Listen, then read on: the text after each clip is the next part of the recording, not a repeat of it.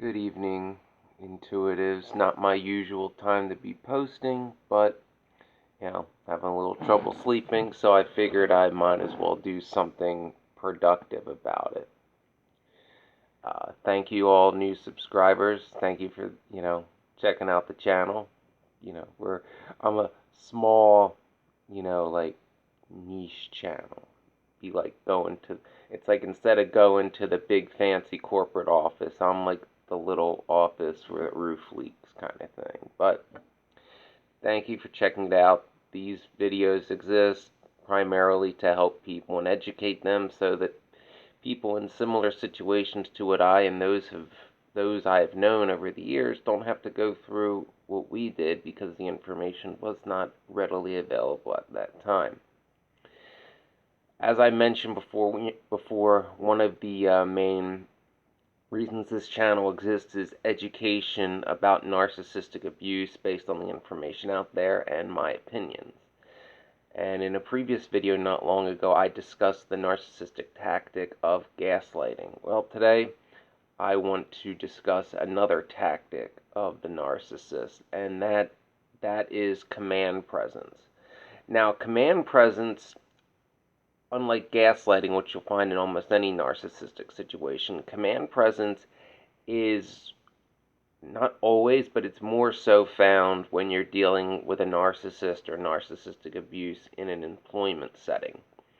And command presence, you usually think military law enforcement or paramilitary organizations like, I don't know, the fire service. And it's the way somebody carries themselves. It's their body movements, their tone of voice, the way they stand, how they make eye contact. And yes, within these, militaristic organizations, there is a time and a place for that. For example, a battalion chief on a fire scene may need to have command presence in order to give orders to the different units that are on the scene.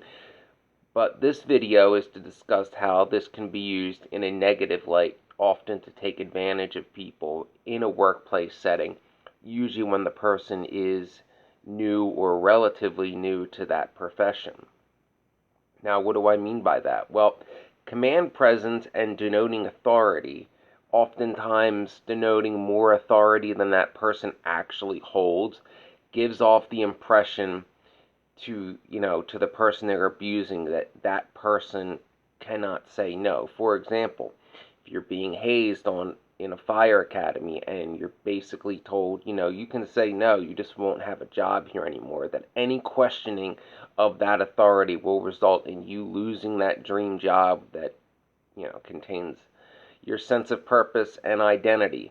And as I said, this isn't just limited to, militaristic organizations like police and fire, or of course the armed forces.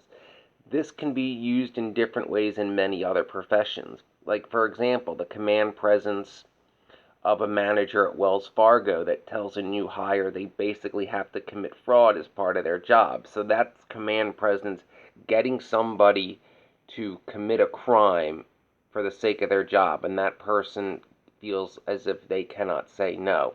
Or, for example, the young fledgling actor on a film set, when she's told by the director that, she has to perform a nude scene or they'll just get rid of her and find another girl that will. Even in jobs that, let's say, aren't that desirable, command presence can exist. The landscape manager that tells his workers that they have to work 12-hour days and doesn't pay them overtime, or forces them to ignore any type of safety regulations. That again is command presence. The tone of voice is key. A good example of command presence that can be used in a positive light, this is something I just watched. I just recently binged watched season 4 of Cobra Kai. So using command presence as, say, a mentor in order to get people's attention briefly, Johnny Lawrence is a great example with his quiet. That wasn't good. Quiet. Yeah, when he gets the attention of his students in that manner, that's command presence. It's only done briefly, and it's only done to halt the ensuing chaos going on around him so that he may address his class as its leader all at once. So that's command presence. Now, a lot of times command presence can be used, like I said, not just to overexert one's authority and to make somebody believe that the person performing the command presence has more authority than they actually had. It's often used by scammers and liars trying to take advantage of people. Once again, I'll use a pretty well-known example that you should all check out. Probably a great example of this on YouTube would be the phony police Metro State guy, Jeremy Dewitte, who pretends to be a cop. I was catching up with a cop friend of mine a few days ago, and he told me about these videos, and they're wildly entertaining. Check out PoliceTube. I don't know who he is, but they have most of the videos. And there's another reason why I use him as an example. This guy pretends to be a cop, dresses the part, all that, and exerts authority over people that not only is overextended, he just flat out doesn't have. And you watch any of the videos with him on his motorcycle, he'll essentially pull people over, direct traffic, and yell at people as if he has authority. One of his most infamous lines is, "Figure it out!" Which, to me, is very not unlike a certain fire academy instructor that I'm familiar with. So, if anybody is curious as to the demeanor and command presence of a certain fire academy instructor that I would be familiar with, I would highly suggest you check out these videos on the police faker Jeremy Dewitte and see how he carries himself. Not only is it a great example of command presence, but it is, one that really resonates with me for my own reasons. But again, command presence, while it is necessary in some situations, it is often used by narcissists and other abusers to overstate or take their level of authority to a point that exceeds their own, like a higher rank or having more say or a position of authority and trust that they don't have. But again, it's often used to use and exploit people and put them in positions where the person being exploited truly believes they cannot say no, when the reality is the action that they are being exploited into doing is either far beyond the authority of the person using command presence. Sometimes it's just flat out illegal. They're trying to get you to break the law, like, yeah, just go spray this mercury-based chemical that was outlawed in 1992. It's only 2011, but, you must do it. That's another thing of command presence, getting you to perform illegal activities and making you feel like it's part of your job, making you feel like it's par for the course. It's what you signed up for. Everybody does it, or if you don't do it, I'll just get someone else who will. That would be another example.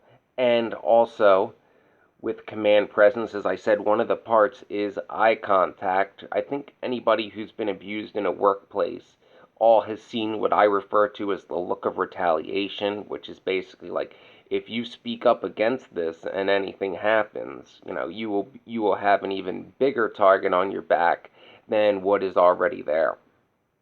So, again, when dealing with command presence, try to think, and it's hard to do at the time, trust me, I know, if the person's actions are actually justified. Are they in a reasonable position to denote authority? And try to think of what that authority is. Like, for example, if you are being stopped by a cop, are they being professional? Is that cop exerting more authority than they actually have? Like, if, for an example, hypothetically, if a cop is more or less using command authority to basically tell you have to give them information or they're going to beat it out of you, that is beyond his command authority. He has the right to arrest you. He doesn't have the right to beat information out of you. Miranda rights and all that, they've been around for a minute. Same can go in any job. A boss of any kind has to abide by the law. So even in like a fire police academy, if they are bullying or hazing you, for example, that in many states is illegal and that is beyond their authority. Just like even if you're in the modeling or film industry, you have the right to say no about being sexually exploited, no matter what a big shot the photographer and or director thinks he is.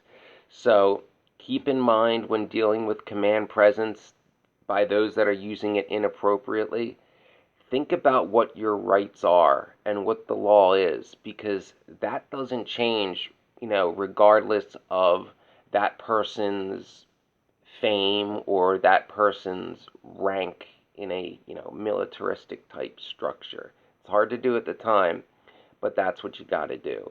Again, check out these videos, or this video. I'll post a link to the one about Jeremy Dewitte if you're curious about what command presence is used in a negative fashion by a narcissist. This is a very, very, very good example, and it's entertaining too. So I'll put a link to one of the videos that gives like a small compilation of some of his greatest moments.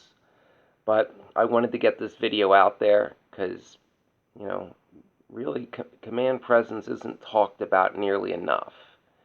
And you'll be in that state of mind when you're being yelled at that you can't do anything right and you have to do what you're told, and you're basically going to do whatever you're told to not get yelled at again, kind of thing. So trust your intuition when dealing with somebody in a command presence situation. Is what they're commanding you to do illegal or beyond their authority? And remember, don't sell out your integrity, no matter if it's your dream job or not. I know, easier said than done.